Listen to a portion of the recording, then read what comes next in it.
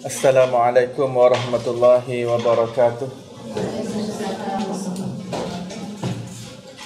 Innal hamdalillah, assalatu wassalamu ala rasulillah sayyidina Muhammad ibn Abdullah wa alihi wa sahbihi wa man walah, amma ba'd. Subhanaka la ilma lana illa ma 'allamtana innaka antal alimul hakim. Rabbi syrah li sadri wa yassir li amri wahlul 'uqdatam min lisani yafqahu qawli.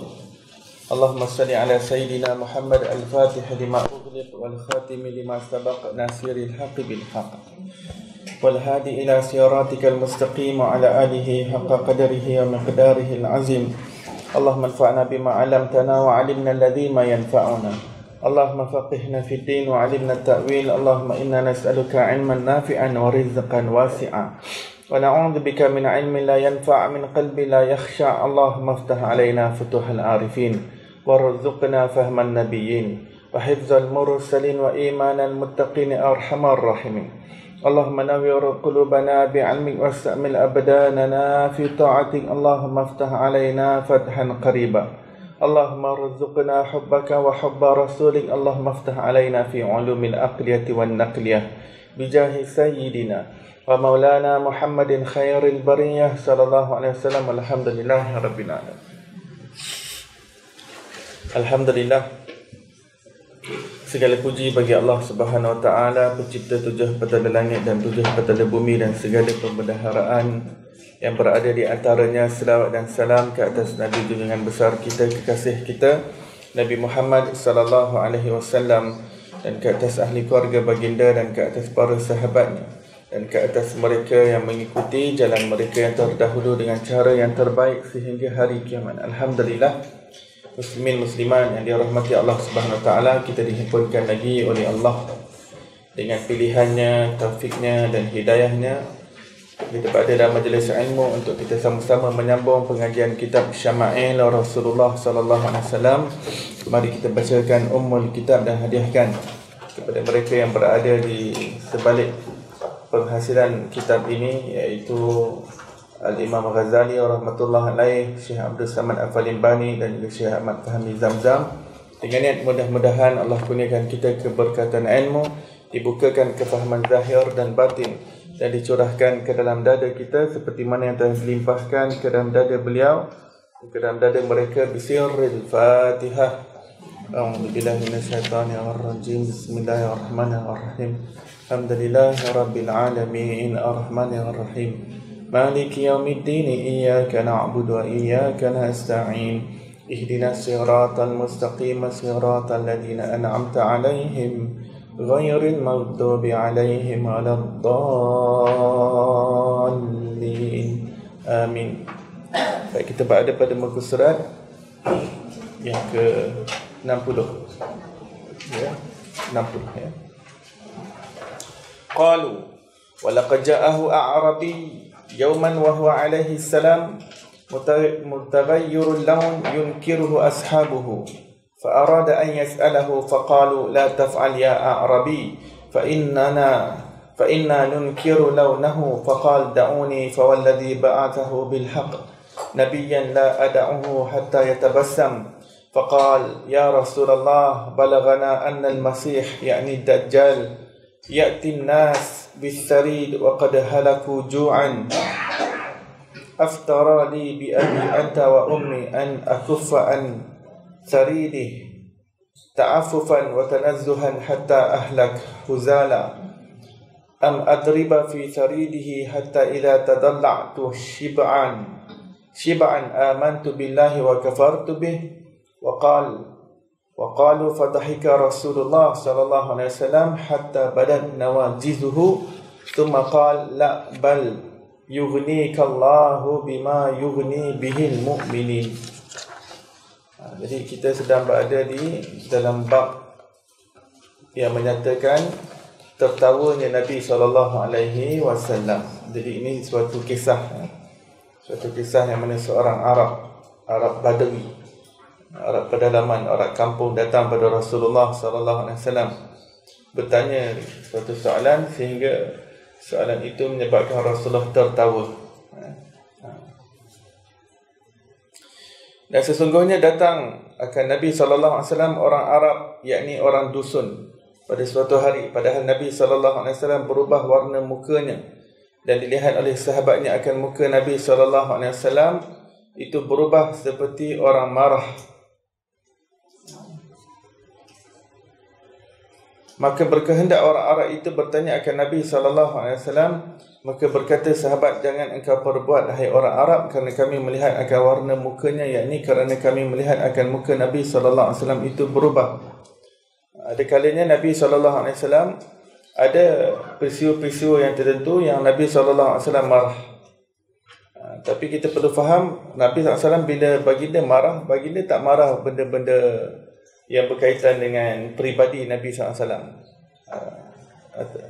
Peribadi maksudnya ada orang sakiti Nabi ke, ada orang cela Nabi, ataupun ada orang mengumpat Nabi, ataupun ada orang usik Nabi, bukan, ataupun ada orang ambil harta Nabi.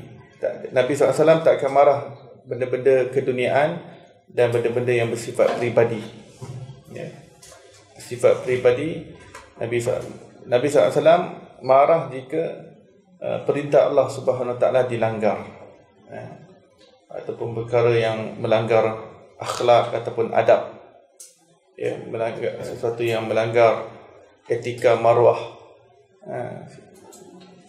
Jadi baginda SAW akan marah perkara yang berkaitan dengan hukum hakam Allah Subhanahu Wa Taala. Jadi para sahabat pada suatu occasion nampak muka Rasulullah SAW dah berubah. Sebab Rasulullah ni orang yang tampan, ya? Orang yang tampan. Jadi sedikit perubahan sudah dapat kelihatan. Kalau Rasulullah ada marah atau gerampi kepada sesuatu perkara, akan cepat kelihatan pada wajah Nabi SAW. Ini memang ciri orang-orang yang tampan, yang mudah dilihat perubahannya. Jadi pada ketika itu juga ada seorang Arab Badui nak datang bertanya pada Rasulullah soalan.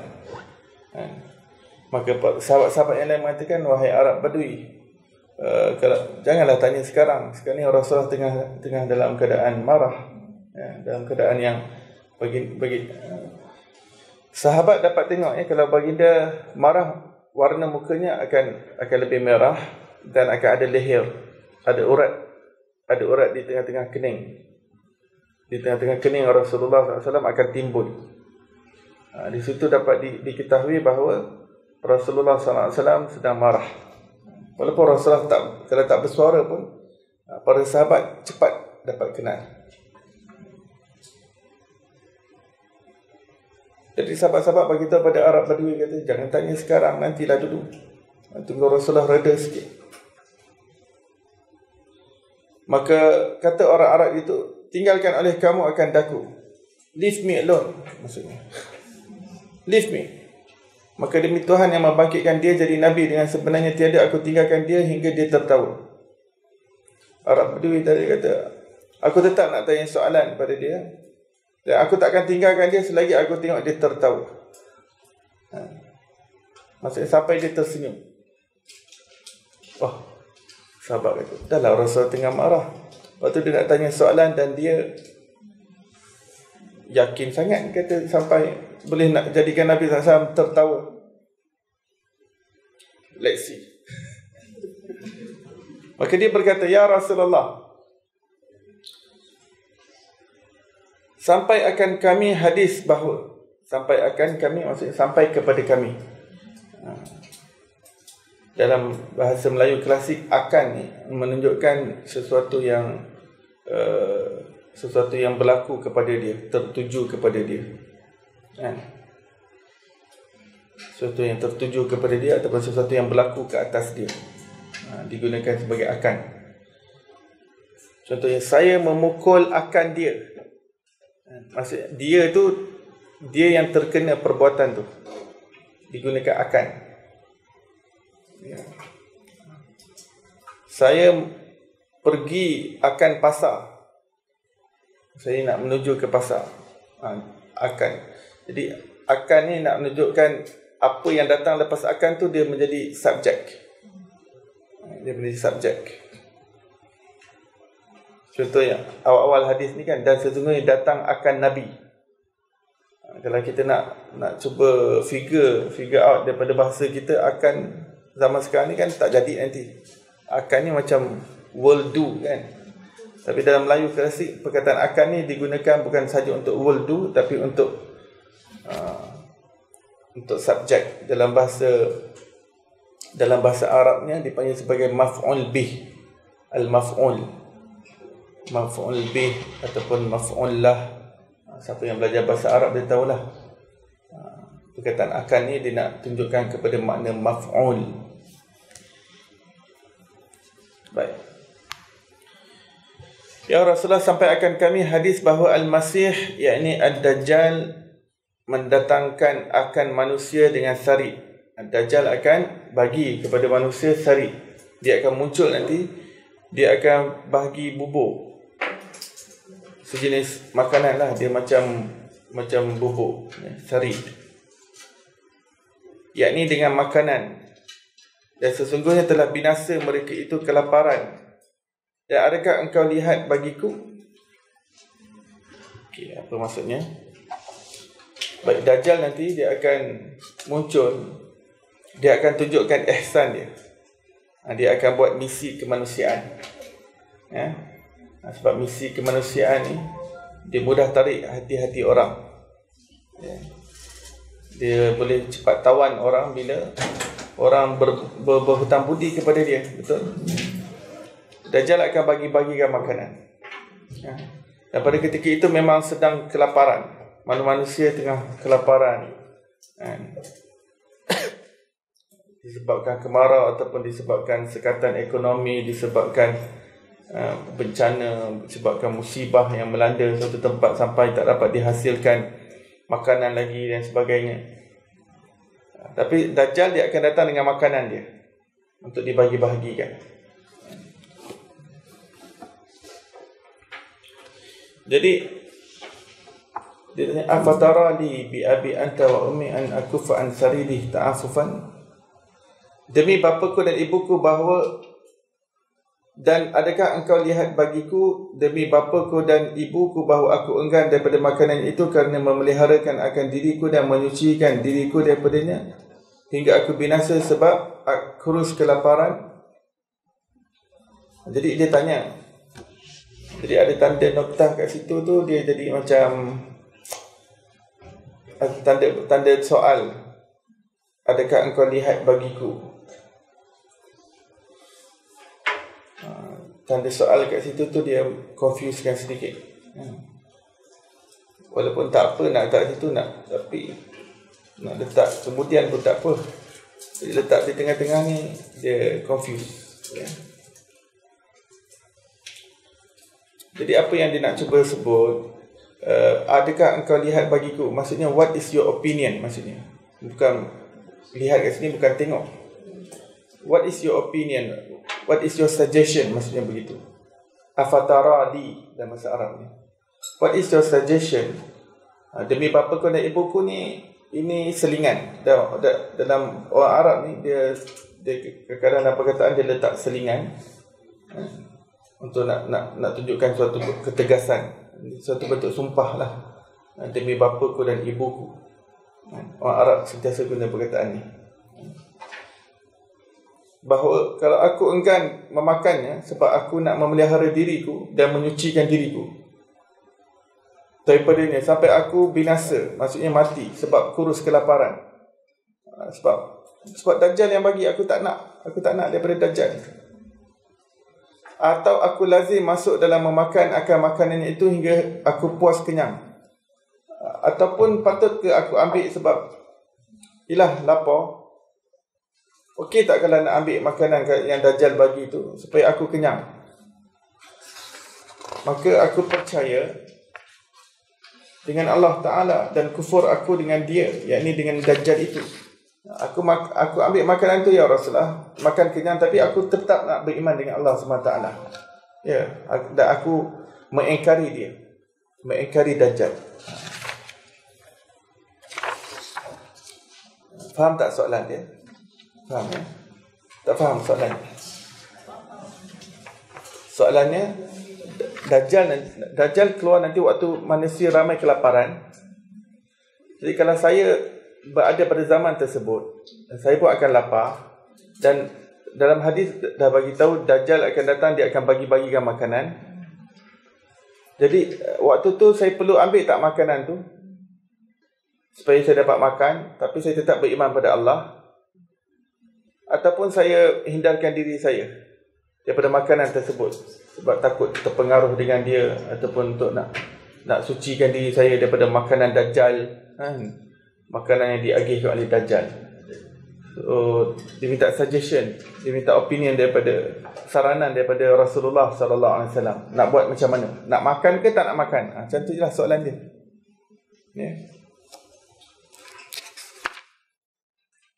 Maka kata rawi, siapa rawi? Mak rawi mana ni? Bukan mak rawi. Rawi ni periwayat hadis dalam bahasa Arab. Ar-rawi, daripada perkataan riwayah. Maka kata rawi, maka tertawa Rasulullah. Rawi kat sini maksudnya sahabat lah, sebab yang boleh nampak Rasulullah ni sahabat. Rawi kat sini adalah salah seorang sahabat yang nampak Nabi sallallahu alaihi wasallam, dan dia yang merekodkan hadis ni. Sebab tu dia dipanggil rawi. Maka tertawa Rasulullah sallallahu alaihi wasallam hingga kelihatan nyata gigi geraham Nabi sallallahu alaihi wasallam. Kemudian maka bersabda Nabi sallallahu alaihi wasallam bagi orang Arab itu, bagi dia sallallahu bagi tahu pada orang Arab tu, jangan kau masuk memakan akan makanan Dajjal itu, tetapi mengayakan akan dikau oleh Allah Ta'ala dengan makanan yang mengayakan ia dengan dia akan orang mukmin.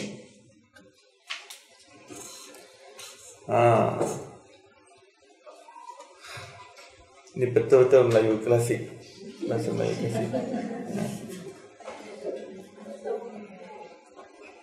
Bahasa Melayu tapi orang Melayu tak faham. Saya baca Nabi SAW bersabda, jangan engkau masuk memakan akan makanan Dajjal itu, tetapi mengayakan akan dikau oleh Allah Ta'ala dengan makanan yang mengayakan ia dengan dia akan orang yang mukmin. Bolehlah, kali kedua baca dah mula faham kan? Baca kali ketiga lagi faham. Baik, Rasulullah kata, kamu jangan makan, kamu jangan ambil. Kalau sesiapa yang hidup zaman Dajjal, bila waktu dia bahagikan, agih-agihkan makanan, jangan ambil makanan tu, jangan sentuh makanan tu, walau lapar macam mana pun orang Islam. Sebab dia akan pergi seluruh dunia orang Islam, semua dia pergi. Dua tempat dia tak dapat masuk, Mekah dan Madinah. Tempat-tempat lain semua dia round. Dia ada jet peribadi dia sendiri. Nabi SAW dah bagi tahu. Dia punya kepak dia punya jet dia bentuk donkey. Berapa hasta Nabi SAW kata? 40 hasta. Berapa besar kenderaan dia, kenderaan Dajjal. Sebelah kepak 40 hasta, sebelah kepak lagi 40 hasta. Wing kenderaan tu. Dan dia boleh round dunia. Dia akan pergi. Dan Allah Ta'ala bagi Dajjal ni pembendaharaan bumi. Maksudnya dia boleh kawal. Allah Ta'ala bagi dia. Sebab dia adalah orang yang fitnah yang paling besar sekali di dunia ni. Fitnah yang paling besar. Apa maksud fitnah? Ujian yang paling besar sekali. Ujian yang paling besar. Sebab ujian Dajjal ni, di ujian keimanan, ujian kesihatan, ujian agama, ujian ke atas nyawa, ujian ke atas keafiatan manusia, kesejahteraan manusia, keamanan manusia. Diporak-perandakan tu semua. Diporak-perandakan habis. Sebab tu Nabi SAW mengatakan, la fitnata akbar min fitnati Dajjal. Tidak ada fitnah yang lebih besar daripada fitnah Dajjal. Bila kita sebut fitnah Dajjal, maksud fitnah kat sini ujian, ya? Bukan tuhmah. Bukan tuhmahan Dajjal, bukan. Fitnah Dajjal sini ujian Dajjal. Maksud ujian yang datang bersama dengan Dajjal nanti besar sangat. Dalam sejarah dunia ni, sampai hari kiamat tak ada siapa yang lebih besar Dajjal, lebih besar ujian berbanding ujian yang didatangkan oleh Dajjal nanti. Lagi apa maksud dia kontrol? Lagi satu, kalau negeri ni kalau dia beriman dengan Dajjal, jadi dia akan makmurkan. Dia akan makmurkan tempat itu, kan? Dia tak kenakan sekatan, ekonomi dia akan majukan, lepas tu hujan akan turun, subur, tanah-tanah subur dan sebagainya. Tapi negeri yang dia pergi, yang orang-orang di dalamnya tak nak beriman dengan Dajjal, tak nak terima Dajjal, dia boleh kemaraukan tempat tu. Sampai setitis air pun tak ada di tempat tu. Setitis air pun tak ada. Dia akan kering kontangkan, dia akan tanduskan tempat tu. Dia akan ranapkan ekonomi tempat tu. Dalam hadis kata Nabi, Dajjal ni dia boleh buat sampai 3 tahun berturut-turut kemarau. Air di loji ke, air simpanan, takungan, semuanya kering. Maksudnya satu titis hujan pun takkan turun. 3 tahun dia boleh buat kemarau. Rumah kita ni kalau 3 hari tak ada air macam mana? Tak ada elektrik tak apa lagi tuan-tuan. Tak ada elektrik boleh hidup lagi. Tapi tak ada air. Betul tak? Tak ada elektrik okey lagi kan? Tak ada air. Nak minum ni macam mana? Bila air kita jadi macam apa nanti? Ya. Nak istinjaknya, nak ceboknya macam mana, dengan babynya macam mana, kan? Nak bersihkan dia. Lepas tu nak masak lagi, nak minum lagi, nak ambil air sembahyang lagi, mandi macam mana. Dalam waktu kemarau memang panas. Panas, betul-betul panas. Maksudnya itu Allah Ta'ala bagi pada Dajjal kontrol tu semua sebab nak menguji manusia. Jadi siapa yang dapat lepas ujian tu, darjat dia sangat tinggi di sisi Allah Subhanahu Taala. Siapa yang dapat lepas ujian Dajjal, darjatnya tinggi di sisi Allah Subhanahu Taala. Jadi zaman Dajjal ni, orang-orang yang tak mau mengikuti Dajjal, dia akan berlapar sebab tak ada makanan. Dia nak makan apa? Pada ketika itu orang-orang mukmin, makanan mereka adalah zikrullah. Zikrullah. Baca subhanallah tu macam makan nasi lemak. Ya. Alhamdulillah macam nasi ambeng. Allahu Akbar nasi kerabu. La ilaha illallah nasi biryani. Astaghfirullahalazim nasi ampit.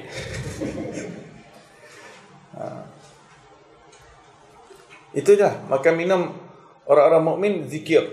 Jadi hari ini kita kena lazimkan diri kita banyak berzikir pada Allah Subhanahu Wa Taala. Kita kena belajar kenyangkan diri kita dengan zikir. Sampai sebelum satu masa kita tak ada makanan lain kecuali berzikir sahaja. Itulah makanan akhir zaman. Makanan akhir zaman Allah Ta'ala bagi pada orang-orang mukmin, yang mana dengan zikir itu dia kenyang. Ya, itulah makanan dia.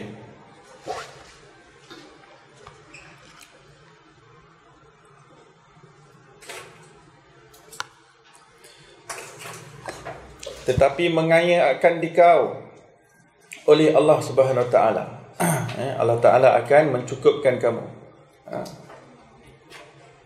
Tetapi mengayakan akan dikau oleh Allah. Okey, lagi satu bahasa Melayu klasik ni, oleh. Oleh ni nak tunjukkan siapa pelaku. Pelaku.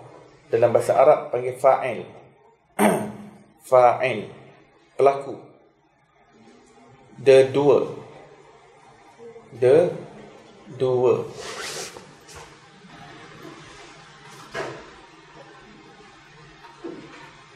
Ada yang pernah belajar bahasa Arab? Ada separuh kelas lagi. Jadi kita buat revision. Al-fa'il dua.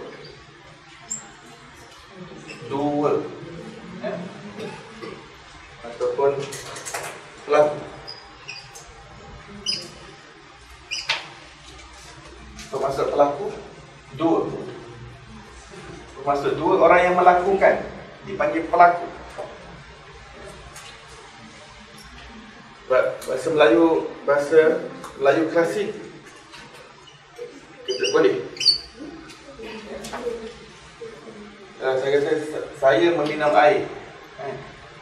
Air itu diminum oleh saya. Oleh saya. Bila sebut oleh je, tahu siapa pelaku dia. Nanti ada dipanggil sebagai maf'ul.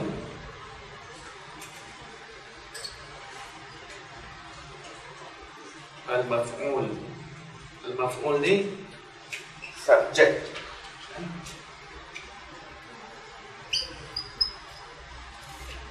Upon which the act has been act upon. Ini kata on which sesuatu perbuatan yang dilakukan ke atas dia. Dia yang menerima perbuatan tersebut. Dalam bahasa Melayu klasik digunakan perkataan akan. Disebut. Jadi kalau bahasa Melayu klasik dengan akan je, kita dapat tahu pelakuan tu berlaku ke atas dia. Dia diperlakukan. Diperlakukan.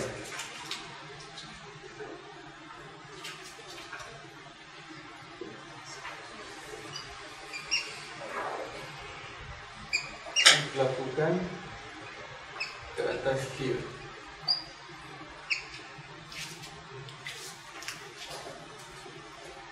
Dia pelaku yang diperlakukan. Tetapi mengayakan akan dikau oleh Allah Ta'ala. Siapa pelaku, siapa yang terima kelakuan. Siapa yang dikayakan? Akan dikau, kamu. Arab Badui tadilah. Oleh Allah. Allah yang mengayakan. Jadi istilah-istilah ni penting. Dalam Melayu klasik dia akan zahirkan yang mana fa'il, yang mana maf'ul. Sebab dalam bahasa Arab, kelebihan bahasa Arab ni, kita tengok je, kita dah tahu yang daripada segi lenggok saraf, kita dah tahu dah yang mana fa'il, yang mana maf'ul. Tapi dalam bahasa Melayu dia tak tahu. Dia kadang tak nampak siapa pelaku, siapa yang diterima kelakuan tersebut. Jadi orang Melayu klasik lama dia jadikan, bila dia terjemahkan sesuatu bahasa Arab tu, dia akan letakkan oleh atau akan. Oleh ni untuk fa'il, akan untuk maf'ul.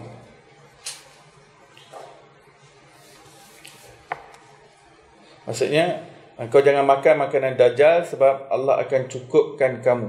Kalau kamu hindarkan diri kamu daripada makanan dajjal, Allah akan cukupkan kamu seperti mana nanti Allah Ta'ala akan cukupkan orang-orang mukmin yang lain.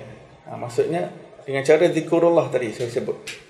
Orang-orang mukmin yang lain juga akan dikayakan di sini, maksudnya dicukupkan. Ya, dicukupkan. Sebenarnya maksud kaya itu sendiri dalam bahasa Arab maksudnya cukup. Orang yang memiliki sesuatu yang cukup.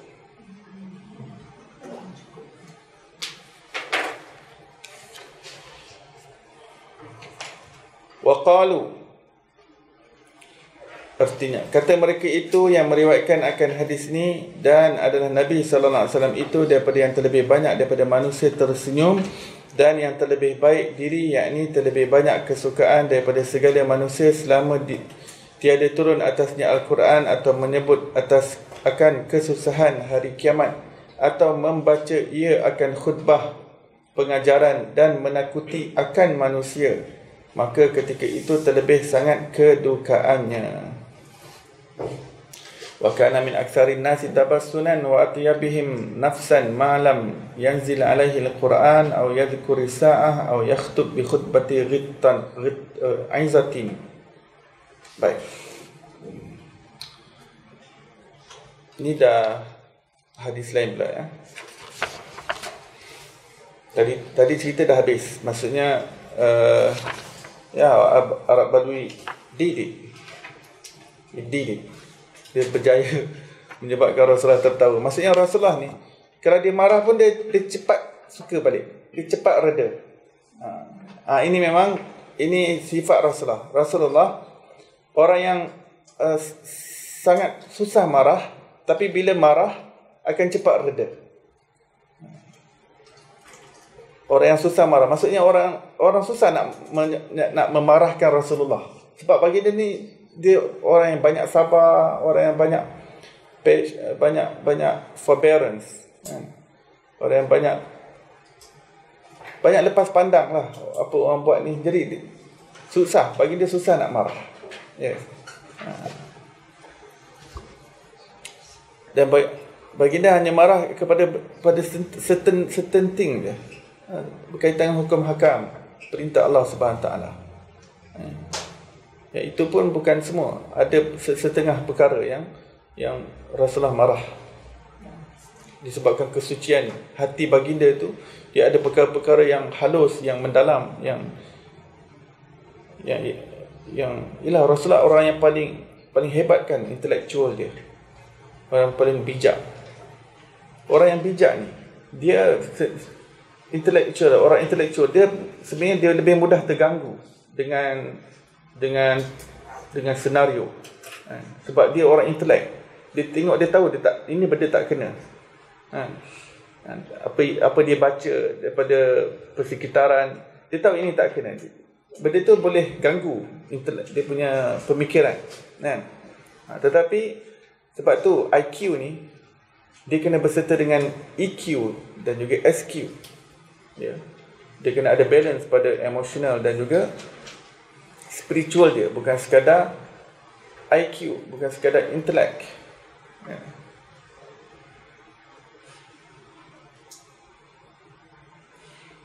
Kalau berapa puluh tahun yang lepas kan, orang hanya tahu IQ. Jadi kalau dia dapat skor periksa, ini IQ tinggi. Nanti darjah 6 ada lagi peperiksaan khusus berkaitan dengan IQ untuk nak tengok dia boleh tak skor. Mungkin boleh tu masuk MRSM ke. Dan kalau tahap IQ dia lebih tinggi, mungkin boleh terus buat O level ke A level kan. Sekarang saya tak tahu darjah 6 ada tak peperiksaan IQ tu. Zaman saya ada. Di UPSR lain, lepas tu peperiksaan IQ lain. Tapi zaman sekarang pun Barat pun dah mula perhatikan orang yang ada IQ ni tak semesti dia hebat segala-galanya. Dia hanya satu bahagian dia, akal dia yang dia tangkap cepat. Tapi ada lagi benda yang lain yang lebih besar lagi, unsur pada dirinya yang dia kena ada balance. Dia kena unggul benda tu juga, bukan sekadar IQ kena unggul. Itu yang keluar EQ dan juga SQ.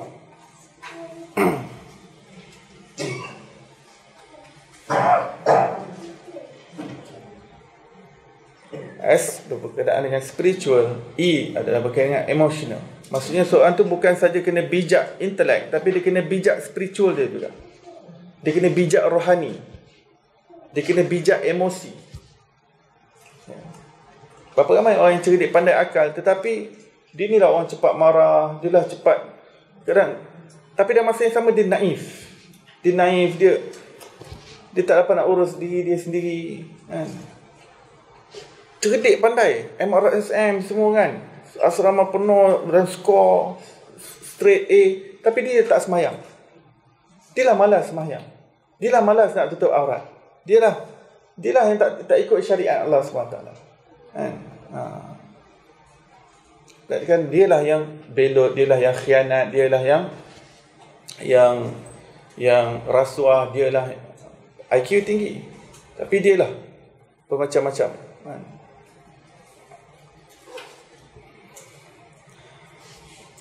Sebab tu agama yang dibawa oleh Rasulullah sallallahu alaihi wasallam ni dia ajar kepandaian ni bukan sekadar kepandaian yang ada pada intelek, tetapi juga spiritual dan juga emosional. Itu juga ada kepandaiannya itu sendiri untuk digilap.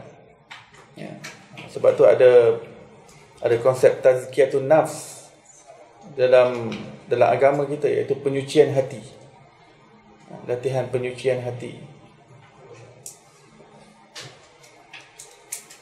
Jadi Rasulullah, bayangkan orang yang bukan sahaja bijak daripada segi intelek, tapi bijak daripada setiap unsur yang ada pada dirinya. Sudah tentu baginda lah paling mudah untuk terganggu sebenarnya. Tapi dalam masa yang sama baginda tetap balance. Itu hebat. Baginda tetap balance. Mudah tersenyum. mudah tersenyum, mudah lepas pandang. Ya.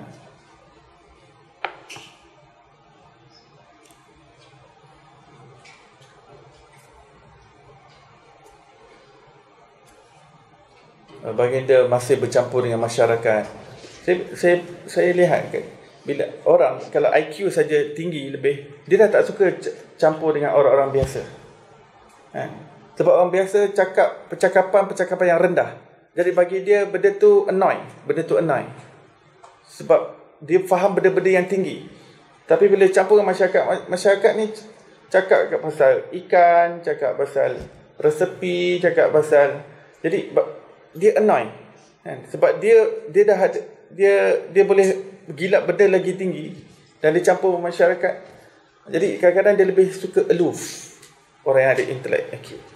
Begitu juga kadang-kadang ada orang yang rohani dan dia tinggi, dia lebih suka aloof juga. Sebab bila rohani suci, bila campur dengan masyarakat, orang suka mengumpat sana. Masyarakat campur sikit, ada yang suka fitnah orang sana, gosip sana. Jadi bagi dia benda tu gelap. Dia dapat rasa macam something's not right here, something is wrong. Kadang dia suka aloof daripada bercampur dengan orang. Rasulullah adalah intelek yang paling tinggi, rohani yang paling tinggi, emosi yang paling tinggi. Tapi baginda SAW tetap bersama dengan masyarakat. Sebab itu wali Allah, kewalian, wali Allah ni ada jenis wali yang tak campur dengan manusia. Dia beribadat seorang-seorang, dia asing. Ada wali Allah yang campur dengan masyarakat. Antara dua ni, yang paling tinggi kedudukan adalah yang campur dengan masyarakat. Ada dua jenis wali. Ada jenis suka asing, seclude himself, aloof, isolated, tetap wali sebab dia sibuk dengan beribadah. Tapi dia tak dapat menyamai darjat wali Allah yang campur dengan masyarakat, yang intermingle dengan society. Sebab apa? Sebab faedah dia bersama dengan masyarakat itu lebih besar lagi.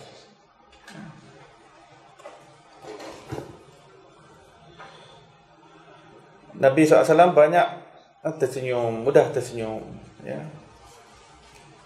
dan yang terlebih baik diri, yakni terlebih banyak kesukaan daripada segala manusia. Bagi dia ni orang yang mudah digembirakan, orang yang happy go lucky, maksudnya daripada segi nafsan, maksudnya diri Nabi itu keluhuran budi Nabi SAW itu adalah suci, lunak, jadi jadi mudah untuk orang gembirakan Nabi SAW. Kita tahulah Arab Badui tadi, dia tanya soalan, dia dah Rasulullah, dia dah break the ice kan, dia dah menyebabkan rasa tertawa. Macam tu. Orang kalau gerampi kadang buat lawak macam mana pun dia dah gerampi. Tapi Rasulullah ni orang yang mudah. Orang yang mudah.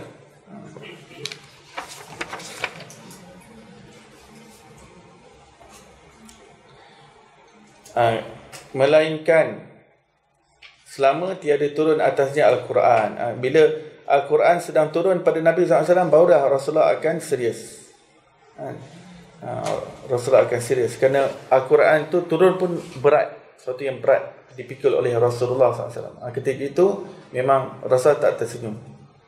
Sebab ketika ditransfer oleh malaikat Jibril kepada diri Nabi SAW, pada ketika itu Nabi SAW akan merasa berat dan tak tersenyum. Bagi dia akan senyap, dan dahi Nabi SAW akan mula berpeluh. Peluh dipanggil sebagai peluh dingin, akan keluar mericik-ricik kadang. Sebab beratnya Quran yang ditransferkan oleh malaikat Jibril kepada Nabi SAW. Sebab Nabi SAW ditangkap satu persatu, berat. Atau menyebut akan kesusahan hari kiamat, ataupun ketika Rasulullah SAW sedang menceritakan tentang kedahsyatan kiamat, Rasulullah tak tersenyumlah.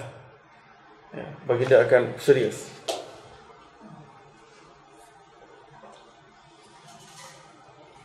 Atau membaca ia akan khutbah pengajaran, ataupun ketika sedang memberi khutbah, bagi dia tak tersenyum-senyum. dan menakuti akan manusia, dan ketika sedang menyampaikan ancaman-ancaman Allah Ta'ala kepada manusia. Maka ketika itu terlebih sangat kedukaannya. Maka nampak serius Nabi itu, dan nampak kedukaan pada Nabi SAW, yakni suatu complexion muka yang memaparkan Nabi SAW sangat risau, sangat rusing tentang umat dia. Sebab cerita pasal kiamat, cerita pasal ancaman, bagi dia sebenarnya sayang umat dia. Takut umat dia tercampak ke dalam azab siksaan Allah Subhanahu Wa Taala. Di situ akan nampak complexion air muka Rasulullah SAW tu penuh dengan kerisauan, kerusingan, kebimbangan, keresahan, kegelisahan, gundah gulana berkenaan, sebab bagi dia sangat sayang umat dia. Yang berikutnya, wa kana idza surra wa radiya fa huwa ahsanun nasi ridha fa in wa'aza bi jiddin wa in ghadiba wa laysa yaghdabu illa lillah lam yakum li ghadabihi syai' wa kadzalika kana fi umurihi kulliha. Dan adalah Nabi sallallahu alaihi wasallam itu apabila suka dan redha ia, maka iaitu terlebih baik kesukaannya daripada manusia. Maksudnya bila Nabi SAW suka sesuatu benda, redha dia sesuatu benda, bagi dia akan tunjukkan keridaannya itu dengan cara yang terbaik. Kami tak pernah nampak orang yang bila suka sesuatu benda, dia tunjukkan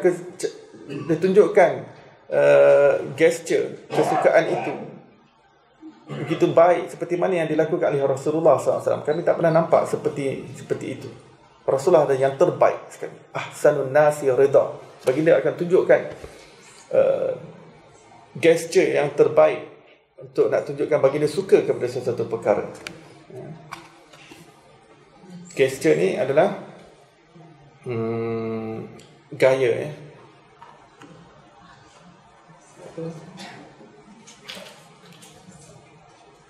Cara baginda conduct himself. Maksudnya nampak yang bagi dia suka benda tu. Sebab ada orang kalau suka benda, kadang dia senyap.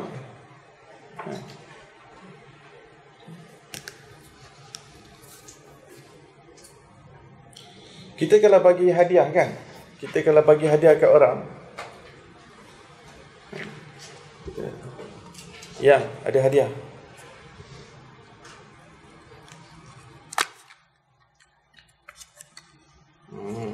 cincin. Okay, thank you. Dengan dibagi hadiah, no, wait, really, only for you. What?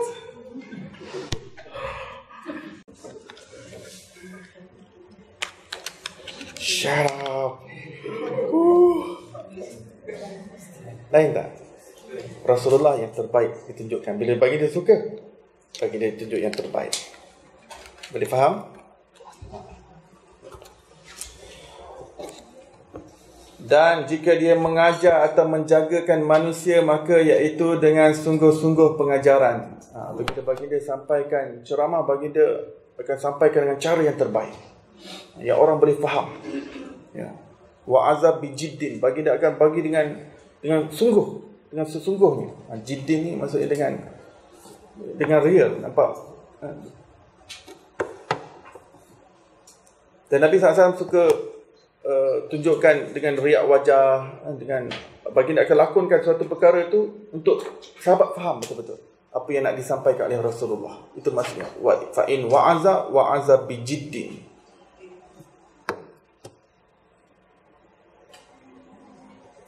Wa in ghadiba, dan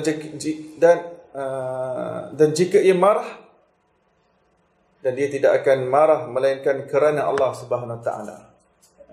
Baginda hanya, kalau baginda marah, pertamanya kita kena tahu baginda susah nak marah. Tapi kalau baginda marah itu hanya kerana Allah Subhanahu Wa Taala. Baginda tak marah kerana diri baginda sallallahu alaihi wasallam. Hari ini ramai manusia marah sebab dia. Dia punya harta pusaka kena ambil sebab dia marah. Ya. Dia marah sebab orang kacau dia, orang usik dia, orang mengata dia. Dia marah sebab diri dia. Rasulullah tak akan marah jika berkaitan dengan diri dia. Kerana diri dia, dia tak akan marah. Ya. Marah, baginda marah tu marah, tapi marah kerana Allah Subhanahu Wa Taala.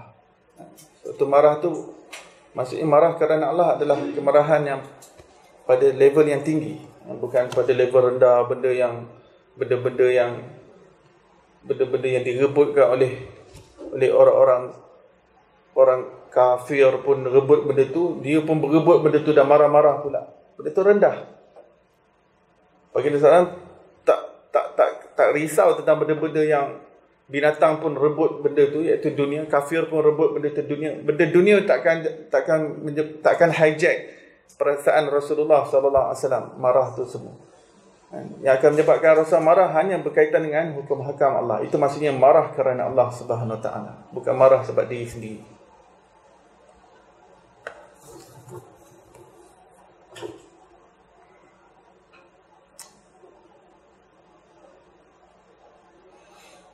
Maka tiada berdiri bagi marahnya oleh sesuatu, ya. Maka kalau bukan kerana Allah, tak ada benda lain yang boleh memarahkan Rasulullah SAW. Itu maksudnya. Maka tiada berdiri bagi marahnya oleh sesuatu. Maksudnya tidak ada sesuatu. Nothing can provoke Rasulullah SAW. Ya. Tak ada siapa yang boleh provoke untuk bagi dia marah, kecuali kalau benda itu berkaitan dengan hukum hakam, berkaitan dengan agama Allah Subhanahu Wa Taala. Dan demikian lagi adalah di dalam sekalian pekerjaannya itu semata-mata kerana Allah. Dan begitu, apa saja yang baginda lakukan, semua kerana Allah. Kalau Rasulullah cinta, baginda cinta kerana Allah. Kalau Rasulullah benci sesuatu, Rasulullah benci kerana Allah. Kalau baginda suka sesuatu, baginda suka kerana Allah. Kalau baginda marah, marah kerana Allah. Semuanya kerana Allah. Wa kana idza nazala bihil amru fawwada al-amra ila Allah. وَتَبَرَّأَ مِنَ الْحَوْلِ وَالْقُوَّةِ وَاسْتَنْزَلَ الْهُدَى فَيَقُولُ. Dan adalah Nabi SAW apabila turun dengan dia sesuatu pekerjaan, maka menyerahkan ia akan pekerjaan itu kepada Allah Ta'ala, dan berlepas ia daripada daya dan upayanya, dan memohonkan ia akan petunjuk daripada Allah Subhanahu Wa Ta'ala, dan membaca ia akan doa, iaitu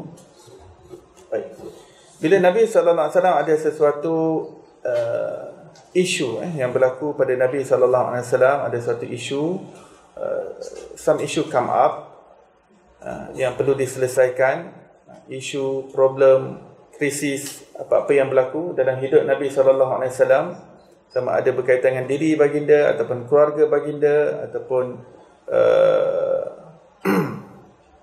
umat Islam secara umumnya, ya. Baginda SAW akan menyerahkan urusan itu kepada Allah Subhanahu Wa Ta'ala, ya. Dan baginda akan berlepas diri daripada kekuatan dirinya dan daya upayanya, dan baginda akan memohon doa daripada Allah Ta'ala, memohon petunjuk. Maksudnya apa? Maksudnya apabila berlaku sesuatu perkara, baginda tidak bertindak yang melampaui batasan, ya. Baginda tidak bertindak melampaui batasan. Baginda akan bertindak apa yang sepatutnya baginda bertindak, dan kemudian serahkan kepada Allah Subhanahu Wa Ta'ala, ya. Maksud kat sini bukan baginda bila berlaku pada baginda, baginda terus tak buat apa-apa, ataupun baginda just ignore it or becomes denial with the problem. No. Problem datang, baginda akan solve the problem. Ya. Banyak contoh-contoh dalam kehidupan Rasulullah. Baginda akan selesaikan masalah itu selagi mana ianya boleh dilakukan oleh Nabi SAW. Ia patut dilakukan. Ia patut bertindak. Dan tindakan itu hanya sekadar apa yang patut dilakukan. dengan adab yang mulia, akhlak yang mulia, tanpa melampaui batasan, tanpa baginda go beyond board ataupun ekstrim dalam tindakannya. Baginda tidak akan melakukan. Baginda akan sentiasa meletakkan dirinya pada tempatnya yang tepat, dan setiap perkara diletakkan pada setiap perkara yang tepat dan sesuai. Baginda tidak akan melampaui batasan terlalu ekstrim, dan baginda pula tidak terlalu longgar. Longgar maksudnya terus tak berusaha apa-apa, tak. Itu dah terlalu longgar. Bila berlaku perkara, maka seseorang itu melakukan usaha yang terbaik, ikhtiar yang terbaik, tetapi bukan, kita melihat bahawa bukan usaha itu yang dapat menyelesaikan masalah kita. Kita usaha, tapi kita nampak usaha kita ni sebenarnya tak akan jadi apa-apa kecuali apa yang diingini oleh Allah SWT untuk ianya terjadi. Apa yang diingini oleh Allah, itu yang terjadi. Apa yang kita usahakan boleh jadi itu menjadi ataupun tidak. Kalau ia jadi, ia dengan izin Allah. Kalau tak jadi pun dengan izin Allah Subhanahu Wa Taala. Pada tahun ke-6 Hijrah, Nabi SAW kata kepada para sahabatnya, tahun depan kita semua pergi umrah. Kita akan kerjakan umrah. And this is for the first time Nabi SAW masuk semula ke Mekah bersama dengan sahabat muhajirin yang tinggalkan kampung halaman dia untuk nak masuk balik Mekah. Jadi semua dah happy sebab dapat jumpa balik saudara mara dia, dapat masuk balik tanah kelahiran, sebab dah 6 tahun berada di Madinah Munawarah tak pernah balik ke Mekah. Rasulullah SAW dah bagi tahu tahun depan kita masuk Mekah.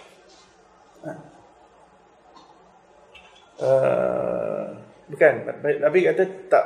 Nabi tak kata tahun depan. Nabi kata kita akan kerjakan umrah.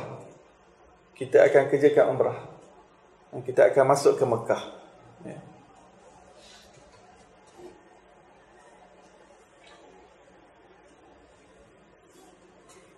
Nabi tak kata bila, tapi Nabi kata kita akan. Dan kemudian setelah beberapa tempoh, Nabi SAW kata kita bersiap sekarang. Setelah baginda cakap tu, mungkin dalam beberapa bulan lepas tu atau lepas tahun, Nabi SAW kata pada sahabat, okey, sekarang dah masa untuk kita menuju ke Mekah. Jadi para sahabat dah lama menanti nak jumpa balik dia punya saudara mara semua yang masih di Mekah, kan? Rumah-rumah lama mereka, Kaabah, Zamzam, Hajar Aswad, semua dah ada dalam bayangan masing-masing. Dan para sahabat Madinah pun seronok juga sebab nak sama-sama kerjakan umrah bersama Nabi SAW. Siapa mutawif? Rasulullah. Kan seronok tu. Kita ni kalau habis Umar je jadi mutawif, kita dah seronok ni macam mana Rasulullah sendiri. Jadi semua dah look forward dah. Semua dah excited. Jadi mereka keluar daripada Madinah tu, keluar daripada kota Madinah, ada satu masjid luar tu, nama dia Masjid Bi'r Ali. Masjid Bi'r Ali, dia lebih kurang dalam 20 km lah daripada masjid Nabi tu. 20 km. Jadi dia orang pakai ihram semua kat situ. Perjalanan ada 400 km lebih lagi. Jadi dah kena jaga ihram. Bukan naik bas, naik unta. Berhari-hari jaga ihram. Kita naik bas 6 jam tu pun rasa susah nak jaga ihram ni. Takut tergini, takut tergitu. Ini berhari-hari atas unta. Sampai dah nak dekat dengan Mekah, luar Mekah sedikit tu ada tempat nama Hudaibiyah. Orang-orang kafir bila dia orang dapat tahu angkatan ni dah mula nak menuju ke Mekah, dia orang tahan jemaah ni. Dia tahan jemaah ni. Kata, wait, nak pergi mana ni? Where tu? Kami nak masuk Mekah. Kami bukan datang untuk berperang. Kami datang untuk nak ziarah, nak pergi umrah. Siapa kata boleh masuk? Kata, no visa. No visa allowed. Jadi sahabat-sahabat semua dah, macam mana ni? Semua dah ihram dah ni. Jadi para sahabat minta, ya Rasulullah, tolonglah berunding dengan orang-orang ni.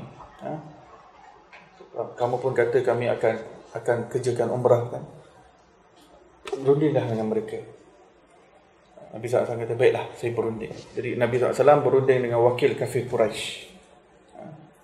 Mereka berunding. Dan hasil rundingan tersebut, Nabi SAW menerima apa yang dirundingkan dan dibuat perjanjian. Itu namanya perjanjian Hudaibiyah.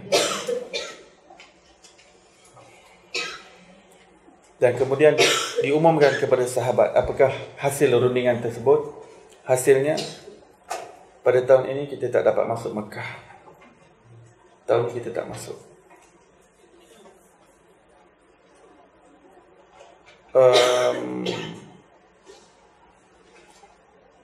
Dan kita kena balik ke Madinah. Kita kena bertahalul di sini. Kita kena bertahalul di Hudaibiyah. Dan ada lagi lah isi perjanjian tersebut, agak panjang sedikit. Tapi apapun isi perjanjian tersebut berat sebelah. Dia lebih memihak kepada orang kafir. Itu menyebabkan para sahabat lebih berat untuk menerimanya. Sebab betul-betul berat sebelah isi perjanjian. Siapa nak tahu isi perjanjian, nanti kita boleh cari Google isi perjanjian Hudaibiyah yang berat sebelah. Walhasil,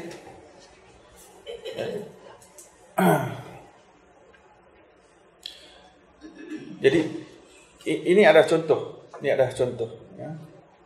Bagaimana Nabi SAW bersama dengan para sahabatnya dan baginda yang memimpin jemaah. Bagindalah mutawifnya. Dan sampai ke Hudaibiyah tak dapat masuk ke Mekah. Langsung tawaf tak dapat buat, sa'i Safa Marwah tak dapat buat, sitih Zamzam pun tak dapat rasa.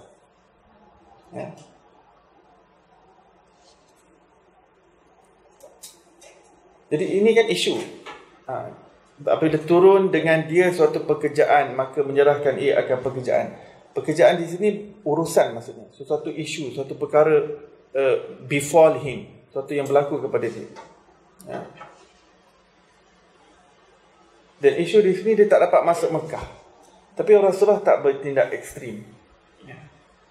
Dia kata, kami dah ada angkatan alang-alang, kita masuk je lah, rempuh je lah, apa nak jadi, jadilah.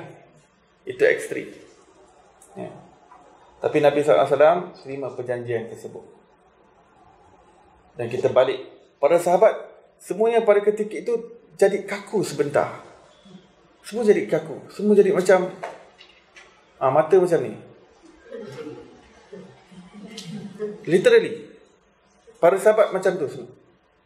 Semua macam sugul. Perkataannya sugul dalam bahasa Melayu. Sugul. Semuanya sugul. Sugul ni daripada perkataan syughul.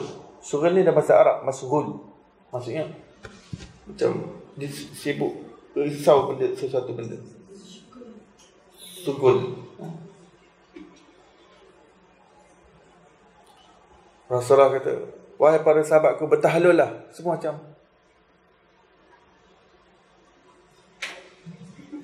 bertahalul. Semua tak dapat. Semua tak dapat nak buat apa-apa. Semua dah look forward nak masuk Mekah. Ini orang-orang Mekah. Kita ni yang bukan orang Mekah pun, kalau tak dapat masuk Mekah, rasa galak tak? Ini orang yang kelahiran Mekah. Macam mana hati mereka? Sayyidina Umar mengucapkan satu ucapan pada ketika itu yang menyebabkan dia menyesal seumur hidup dia. Setiap kali dia ingat perkara itu, dia nangis. Sebab nak sekuat-kuat Sayyidina Umar ni, waktu tu pun emosi dia betul-betul terganggu. Tak dapat masuk Mekah. Sebab dia sendiri orang Mekah.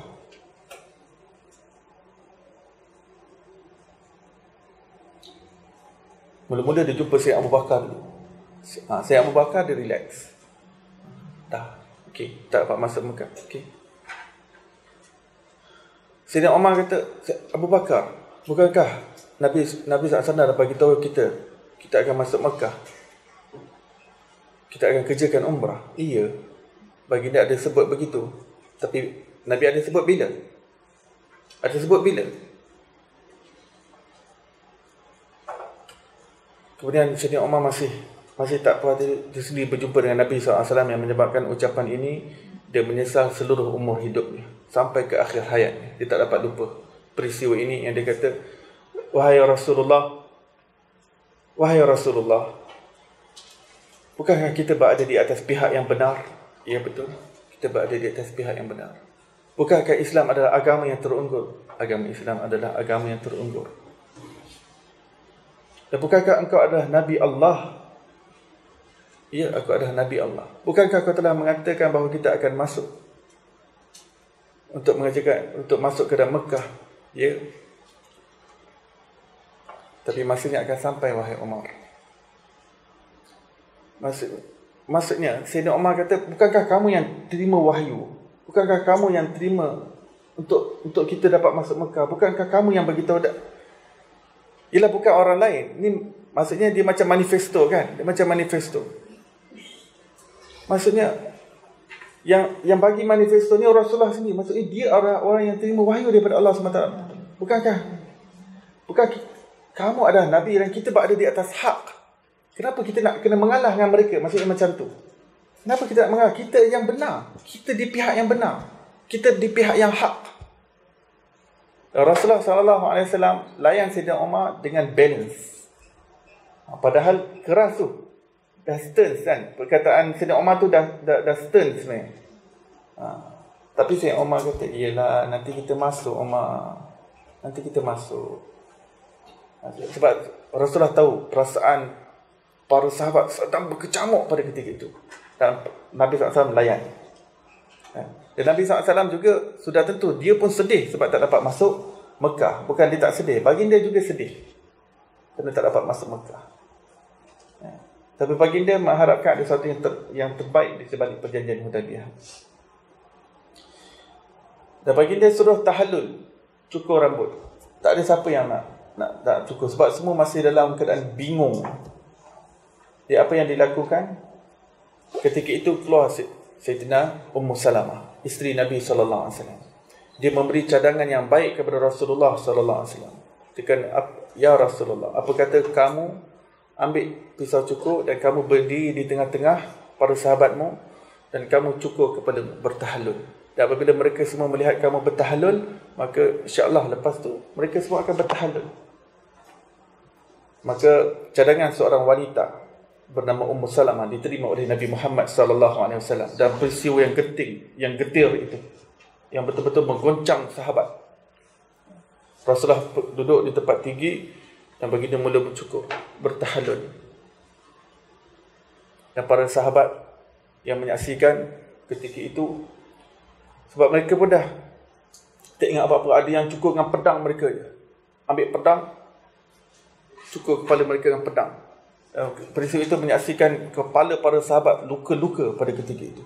Kerana mereka tak rasa apa yang mereka dah alami pada ketika itu. Sampai luka-luka kepala mereka.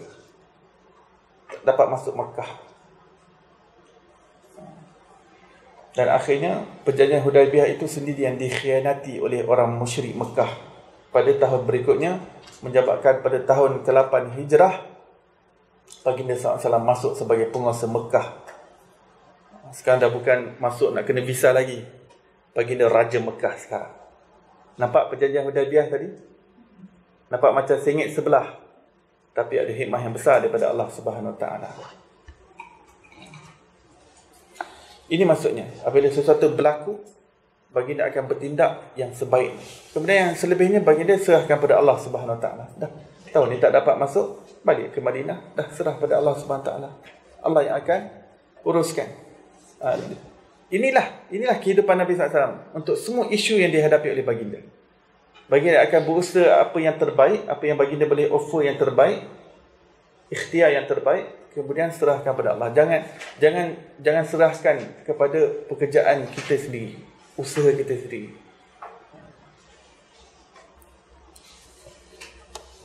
Seperti gerakan NGO. NGO ni sesuatu yang baik, kan? NGO untuk nak perjuangkan ini, perjuangkan itu, untuk nak ubah ini, nak ubah itu. Tapi dia kena faham, end of the day, dia adalah hamba Allah yang berusaha. Jangan gantungkan segala natijah tu terhadap usaha usaha aktivis yang dilakukan, aktivism, dia panggil sebagai aktivism. Perkara ini banyak menimpa orang-orang aktivis apabila dia nak perjuangkan sesuatu. Seolah-olah perjuangan itulah yang akan meruntuhkan suatu perkara ataupun mengubah suatu perkara. Dia dah lupa segala urusan adalah di tangan Allah Subhanahu Wa Taala. Manusia hanya berusaha. Itu yang diajarkan oleh Nabi sallallahu alaihi wasallam.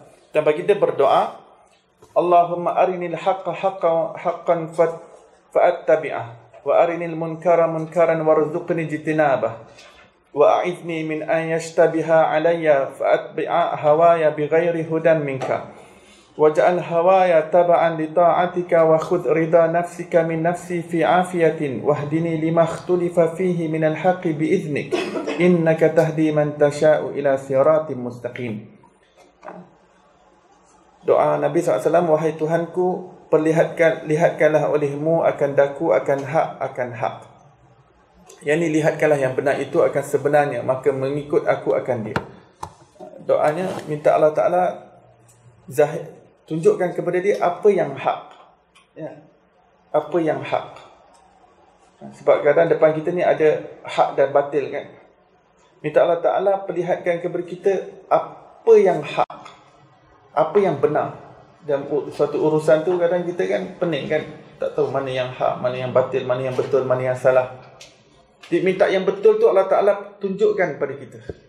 Allah hidayahkan hati kita untuk kenal hak. Itu maksud doa ni. Minta Allah Ta'ala kenalkan kita yang hak itu sebagai hak. Sebab ada orang dia percaya batil itu hak. Ya.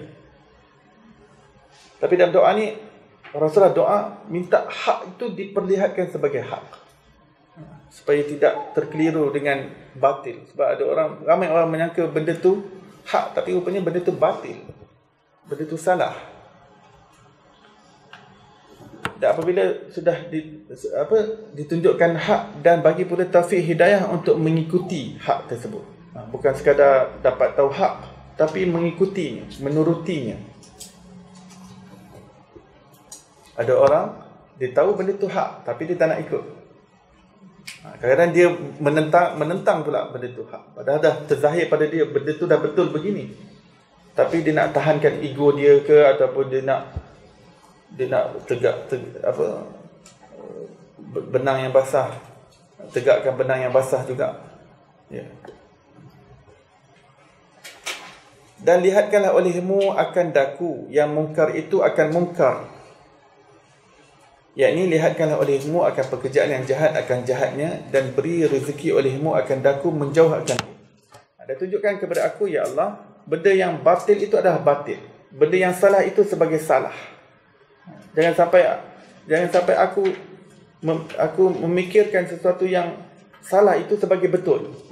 Akan berlaku kepincangan, akan berlaku kekeliruan.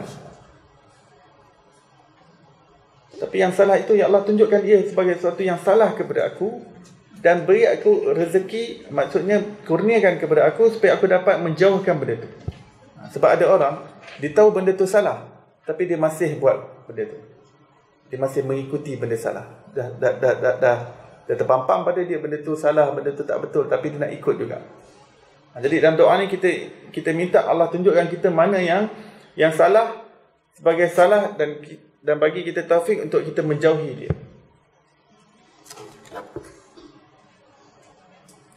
Dan peliharakan olehmu akan daku daripada bahawa tersamar akan ketentuan benarnya dan salahnya itu. Ya Allah, kau clearkanlah, kau clearkanlah segala kekeliruanku, kepincanganku, kecelaruanku, kesamaranku, kekaburanku terhadap sesuatu perkara, agar jelas padaku yang mana hak, mana batil. Jadi portion doa ni kita minta Allah Ta'ala buangkan bela tu, kekaburan antara hak dan batil.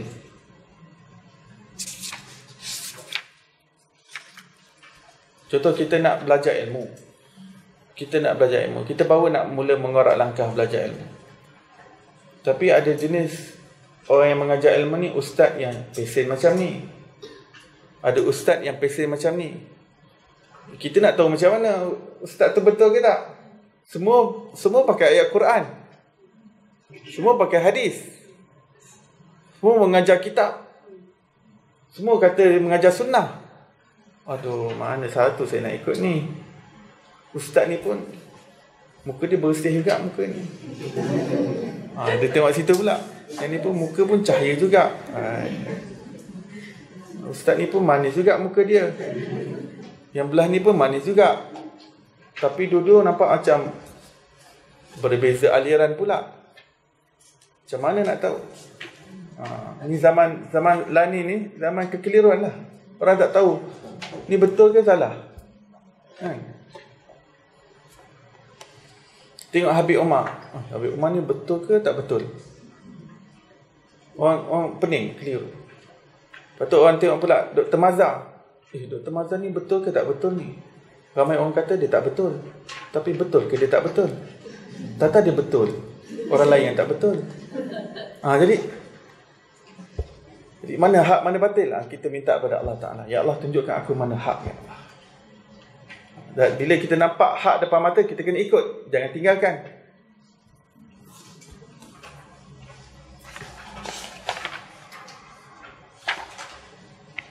Supaya jangan aku mengikut hawa nafsuku dengan tiada petunjuk daripadamu, dan jadikan olehmu hawaku mengikut bagi taatmu. Kita minta kepada Allah sampai hawa nafsu kita pun cenderung kepada ketaatan kepada Allah Subhanahu Wa Taala. Padahal hawa nafsu ni dia memang boleh menjadi penyebab manusia mengingkari Allah. Tetapi jika seseorang dapat menundukkan hawa nafsu itu sendiri mencenderungkan dia kepada ketaatan. Contohnya kalau orang tu dia lazat buat maksiat, sekarang kelazatan dia tu dah dalam ketaatan dah. Dia bila baca selawat, dia solat sunat, dia lebih lazat daripada dia main perempuan. Kan? Lebih lazat daripada bermaksiat. Itu maksudnya hawa nafsu dia dah cenderungkan kepada taatmu. Dan ambil olehmu akan reda dirimu daripada reda diriku dalam afiat. Minta Allah reda kita. Minta Allah reda kita dengan keredaan Allah itu, supaya kita berada dalam keafiatan, dalam reda tu. Keafiatan. Sebab ada orang yang dalam keadaan tak afiat tetapi dia dalam reda Allah. Contohnya orang terkena sakit, penyakit virus ke, penyakit kanser ke. Bila dia bersabar dan sebagainya, dia tetap berada dalam reda Allah Ta'ala. Tapi doa ni minta reda Allah tapi dalam keafiatan. Kalau boleh dalam sihat lah, tapi dapat reda Allah Subhanahu Ta'ala. Ya. Sebab reda Allah ni boleh dalam dua keadaan, dalam keadaan susah dan senang. Keafiatan kat sini maksudnya kalau boleh dalam keadaan senang lah. Dalam keadaan senang tu dapat reda Allah, dalam keadaan sihat tu dapat reda Allah, dalam keadaan tak tertimpa musibah tu dapat reda Allah. Dan tunjukkan olehmu. Sebab tu guru kami Habaib di Hadramaut, bila dia kata kalau kamu minta husnul khatimah, minta dengan afiat sekali. Husnul khatimah, kesudahan yang baik. Baik kami diajar, ya Allah minta, ya Allah kurniakan kami husnul khatimah dengan keafiatan. Sebab husnul khatimah ni boleh jadi orang meninggal dalam tandas pun masih husnul khatimah. Seorang yang masuk tandas dengan adab, dengan sunnah Rasulullah sallallahu alaihi wasallam, jadi matinya dalam tandas itu masih husnul khatimah. Dia masuk, sebelum masuk tandas, Allahumma inni a'udzubika minal khubuthi wal khaba'ith. Baca doa sunnah Rasulullah. Kemudian dia masuk tandas dengan kaki kiri. Masuk kaki kiri. Sekali dalam tandas dia meninggal, husnul khatimah. Jangan ingat orang mati dalam tandas tak boleh husnul khatimah. Dia boleh husnul khatimah. Dia mati dalam keadaan cahaya sunnah lagi tu. Walaupun dalam tandas, walaupun dalam bilik air, walaupun dalam jamban. Itu pun husnul khatimah. Jadi kalau boleh kita minta husnul khatimah dan afiat lah. Kalau boleh jangan dalam tandas. Masuk husnul khatimah ni, kadang ada orang yang dah dia pergi masjid kan, nak berjalan pergi masjid, sekali kena rempuh lori, habis, tergilis, otak terkeluar semua kan? Jantung terkeluar, kadang dah tak nampak rupa dan semua. Tetap husnul khatimah dia, tapi dalam keadaan nak mandi pun dah susah nak mandi dah, sebab dah tergilis habis dengan lori, trailer. Tapi tetap husnul khatimah dia. Jadi ulama ajar minta husnul khatimah dengan afiat juga. Ya Allah, matikan aku dalam keadaan yang baik, dalam keadaan afiat, dalam keadaan keafiatan. Dan tunjukkan olehmu akan daku bagi barang yang bersalahan di dalamnya daripada yang sebenarnya dengan izinmu. Tunjukkan aku apa yang salah sebagai salah, apa yang sesuatu yang bertentangan dengan apa yang diredai olehmu.